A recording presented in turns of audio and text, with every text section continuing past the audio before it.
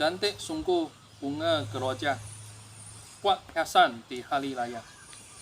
Marilah sahut seluruh negara, bangsa membaca, bangsa berjaya. Nama saya Cik King Huan, Guru Besar Edukasi Chong Hua Hitam, Pantai Seri Cempur, Negeri Sembilan. Marilah ikut saya ke alam lisensi buku.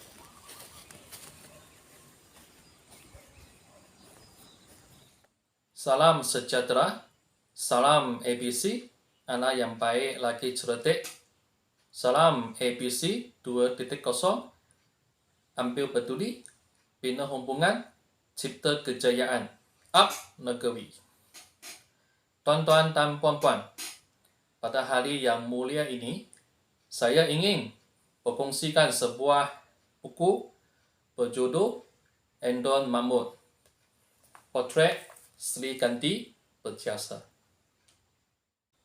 Saya berasa kebanyakan orang tahu siapakah Endon Mahmud. Ya, beliau adalah isteri kepada mantan Perdana Menteri Malaysia ke-5, Tun Abdullah Ahmad Badawi. Buku ini ditulis oleh Datuk Dr. Kamil Waliyah. Dan buku ini diterbitkan oleh Media Global Martis Kuala Lumpur pada tahun 2006. Buku ini mengantungi 202 muka surat dan mengantungi 11 bab dan 27 subtajuk. Buku ini juga mengantungi gambar-gambar kisah Endon Mahmud, iaitu wajah-wajah Sri Kandi Berjasa dan penghormatan dan penghargaan. Sebelum pergi lebih lanjut tentang Endon Mahmud, sedikit mengenai biodata penulis buku ini. Datuk Dr. Kamil Waliyah merupakan Ketua Pegawai Eksekutif Institut Akhbar Malaysia (MPI) Kuala Lumpur dan merupakan bekas pengarang Ulusan TV3, bekas wartawan Utusan Melayu, Suara Rakyat dan Suara Merdeka. Beliau telah menghasilkan 43 buah buku. Kebanyakan hasil penulisan buku beliau adalah berkaitan senario politik Malaysia. Beliau telah mendapat beberapa anugerah yang mengiktirafkan sumbangan dan jasa beliau. Marilah sekarang kita kembali kepada watak utama bagi buku ini. Buku ini mengisahkan bahawa kehidupan dan kejayaan Endon Mahmud sehinggalah beliau menjadi isteri Perdana Menteri Malaysia. Dan beliau telah banyak memberi bakti dan sumbangan kepada Malaysia pada ketika itu dan sehingga sekarang. Bagi lebih mengenai kisah kehidupan dan perkhidmatan Endon Mahmud, saya telah membahagikan 5 bahagian utama, iaitu pendirian awal, perkahwinan, sumbangan sosial, pencapaian, dan hajat penghujungnya. Endon Mahmud dilahirkan pada 24 Disember 1940 di Jalan Klang Lama, Selangor.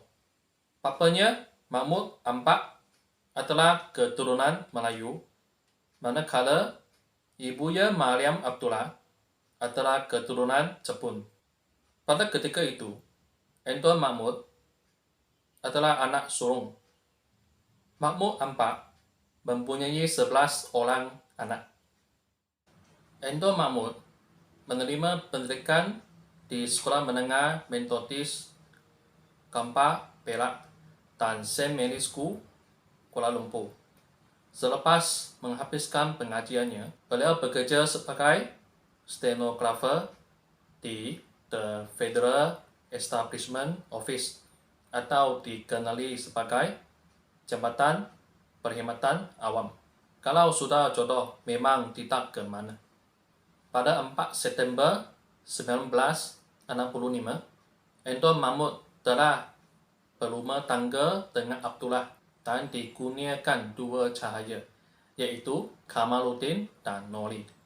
Anton Mahmud bersalah pilihan daripada Jabatan Perkhidmatan Awam pada 1976.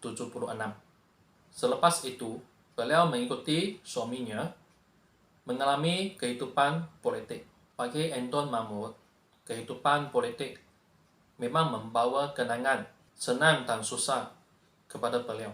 Walau bagaimanapun, bagi Anton Mahmud, Abdullah masih merupakan seorang menteri yang rajin dan bertanggungjawab, seorang suami yang romantik, dan seorang bapa yang sayang. Anton Mahmud merupakan ikon kebaya Nyonya pada ketika itu, kerana beliau telah mempopularkan kebaya Nyonya melalui Yayasan Budi Penyayang. Selain itu, beliau juga berusaha mengekalkan dan mengembangkan warisan bangsa kepada seni kain tradisional seperti batik dan songket. Lantaran ini, Anton Mahmud telah dipilih sebagai tokoh jarum berlian Malaysia 2004. Sebagai peminat seni dan kebudayaan, Anton Mahmud juga gemar mengumpul barang-barang yang dianggap cantik dan antik. Koleksinya dikumpul dan dirakam dalam sebuah buku berjudul The Nyonya Kebaya. Susulan dengan itu, satu simposium dan pameran di Balai Seni Lukis Negara pada 2003. Buku itu diulang terbit pada Mac 2005 dengan tajuk baru, yaitu A Century of Street Chinese Costume. Sebagai isteri Perdana Menteri Datin Seri Anton Mahmud, otomatiknya menjadi wanita pertama atau First Lady. Kedudukan itu juga otomatik menjadi beliau sebagai yang dipertua. Badan Kebajikan Isteri-Isteri Menteri dan Timbalan Menteri, atau lebih dikenali sebagai Bakti. Beliau juga berminat dalam bidang pertanian dan sebagai pengenang jasa Institut Penyelidikan dan Pertanian Melati menamakan pakar orkid baru dengan nama beliau, Orkid Makala Datin Seri Anton. Pada hujung tahun 2000, kakak kembar Anton Mahmud, Noorani, telah menghidapi bala payudara dan meninggal dunia pada 4 Januari 2008. Malangnya, Anton Mahmud juga didiagnos menghidapi bala payudara pada akhir 2001. Beliau telah berulang-alik ke LA untuk mendapatkan lawatan. Walau bagaimanapun, selama 4 tahun lawatan kemudian, akhirnya Anton Mahmud tidak berjaya mengatasi penyakit kanser payudara tersebut dan menghembuskan nafas terakhir di depan ahli keluarganya pada 20 Oktober 2005 berusia 64 tahun. Kehilangan Anton Mahmud merupakan suatu kesedihan yang tidak dapat digambarkan oleh Abdullah Badawi dan ahli keluarganya. Datin Seri Anton Mahmud adalah wanita pertama yang berjasa besar. Sekiranya harimau mati meninggalkan perang, demikian Anton meninggalkan nama. Nama Sri Kandi berjasa itu terpahat di mana-mana dan akan kekal dalam lipatan sejarah bangsa buat selama-lamanya. Selepas membaca buku ini, saya berasa terharu tentang sepanjang kehidupan Datin Seri Anton Mahmud. Menerusi buku ini, saya juga mempelajari banyak nilai murni dan akhlak yang tinggi daripada Datin Seri Anton Mahmud. Saya tertarik dengan ajaran sikap sederhana oleh ayahnya kepada Anton Mahmud semasa kecil lagi.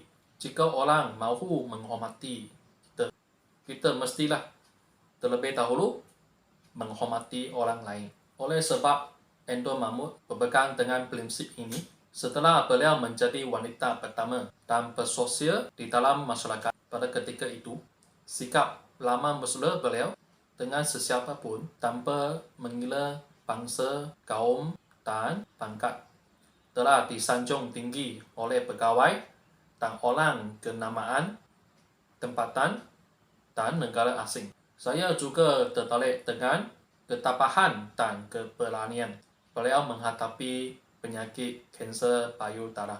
Akhir kata, saya bersedia berkongsi cerita Anton Mahmud, potret Sri Kandi Berjasa. Ini kepada semua warga sekolah, anak muda sekolah, dan kawan-kawan sekitar saya, supaya saya ingin menyampaikan bukan sahaja bakti dan jasa yang dimurnikan oleh Datin Sri Anton Mahmud, tetapi juga mesej yang hendak disampaikan dalam buku ini.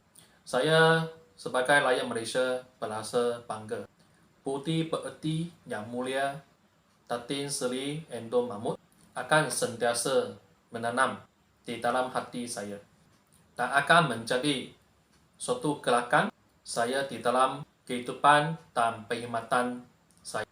Saya ingin mengucapkan ribuan terima kasih kepada semua pihak yang terlibat secara langsung atau tidak langsung dalam menjayakan program lisensi buku ini. Sekian, terima kasih.